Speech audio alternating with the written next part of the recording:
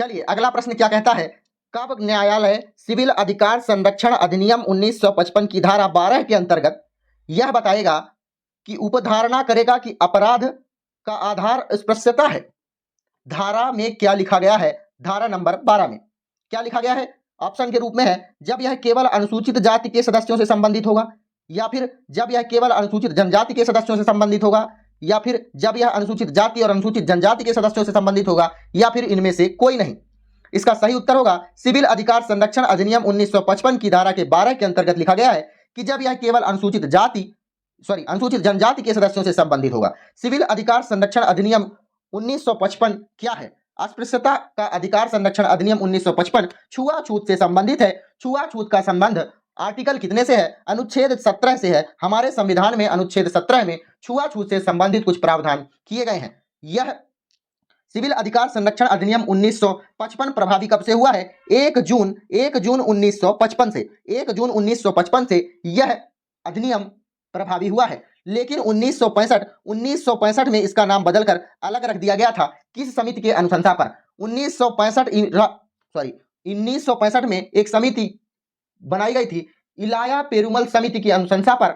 इसका नाम 19 नवंबर 1976 में अलग करके क्या नाम रख दिया गया था, नागरिक अधिकार संरक्षण अधिनियम।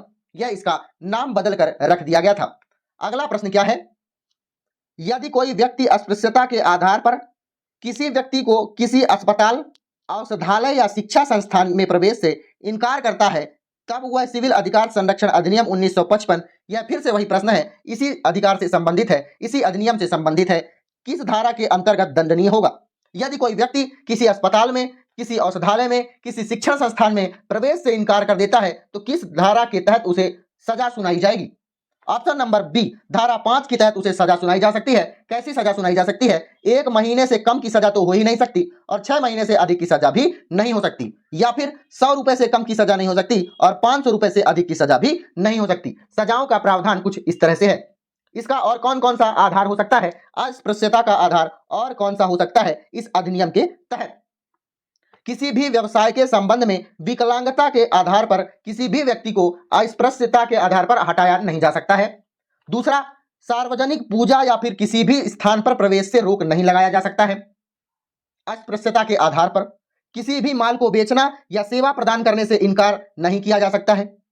अस्पृश्यता के आधार पर दूसरों को प्रोत्साहित नहीं किया जा सकता है कि अगर आप मान लेते हैं कि ढीमार हैं तो आप जाकर नाली ही साफ करेंगे, इस तरह से कोई बात नहीं की जा सकती है।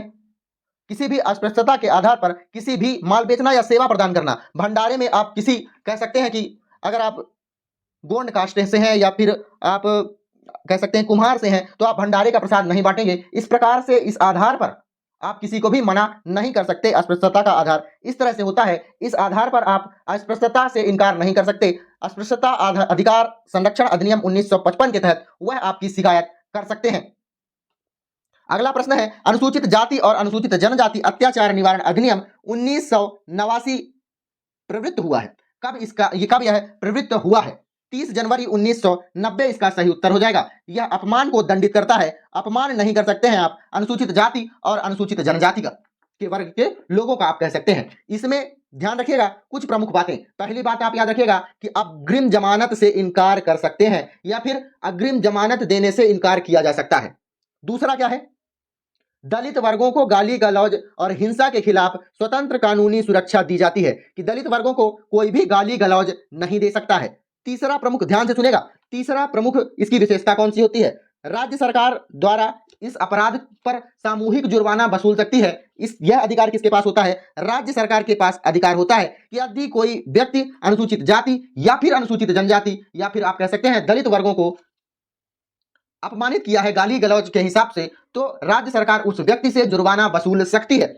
ध्यान रखिएगा, अगर कोई अनुसूचित जाति और अनुसूचित जनजाति या फिर दलित वर्गों के लोग इसका दुरुपयोग कर रहे हैं तो उसे भी 6 महीने की सजा या फिर 1 वर्ष की जेल का प्रावधान है। आपके ऊपर कोई भी जाकर फालतू का केस नहीं लगा सकता। अगर वह अपराधी नहीं माना गया, दुरुपयोग किया गया है किसी भी दलित वर्गों के द्वारा, तो उस व्यक्ति को 6 महीने की सजा या 1 वर्ष की जेल का प्रावधान किया गया है। अगला प्रश्न है, निम्नांकित में से कौन सा कथन असत्य है। ऑप्शन है अनुसूचित जाति और अनुसूचित जनजाति अत्याचार निवारण अधिनियम के अंतर्गत अपराध ऐसे व्यक्ति द्वारा किया जाता है जो अनुसूचित जाति या अनुसूचित जनजाति का सदस्य नहीं है।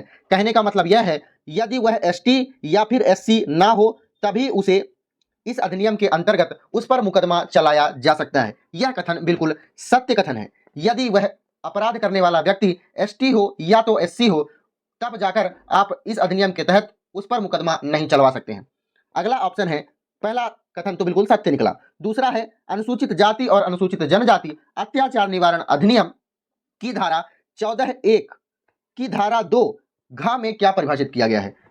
14(1) की धारा 2 के घ में परिभाषित किया गया है कि विशेष न्यायालय को सत्र न्यायाधीश द्वारा संभाला जाएगा। विशेष न्यायालय को सत्र न्यायाधीश के द्वारा संभाला जाएगा, यह इस धारा के अंतर्गत है। लेकिन ऑप्शन में यह नहीं दिया हुआ है। ऑप्शन में दिया हुआ है कि अनुसूचित जाति और अनुसूचित जनजाति अत्याचार निवारण अधिनियम की धारा 1 में स्थापित अनन्य विशेष न्यायालय को परिभाषित किया गया है। नहीं, अनन्य विशेष न्यायालय को परिभाषित ना करके विशेष न्यायालय को सत्र न्यायाधीश के द्वारा संभाला जाएगा, यह कहा गया है।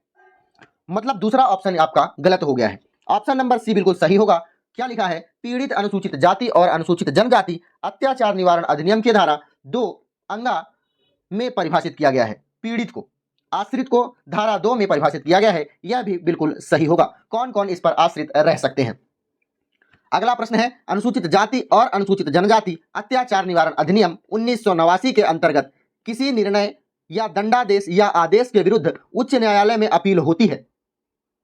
कौन से निर्णय या दंडादेश या आदेश के विरुद्ध आप उच्च न्यायालय में अपील कर सकते हैं। केवल तथ्यों के संबंध में अपील कर सकते हैं या केवल विधि के संबंध में कर सकते हैं। तथ्यों और विधि दोनों को लेकर आप वहां जाकर अपील कर सकते हैं उच्च न्यायालय में, या इनमें से कोई नहीं। यदि आपके पास तथ्य हो या तो विधि या उनके द्वारा बनाया गया जो विधि है उस पर आप बिल्कुल सही बैठ रहे हैं, तब आप जाकर उच्च न्यायालय में अपील कर सकते हैं। ऑप्शन नंबर सी बिल्कुल सही होगा।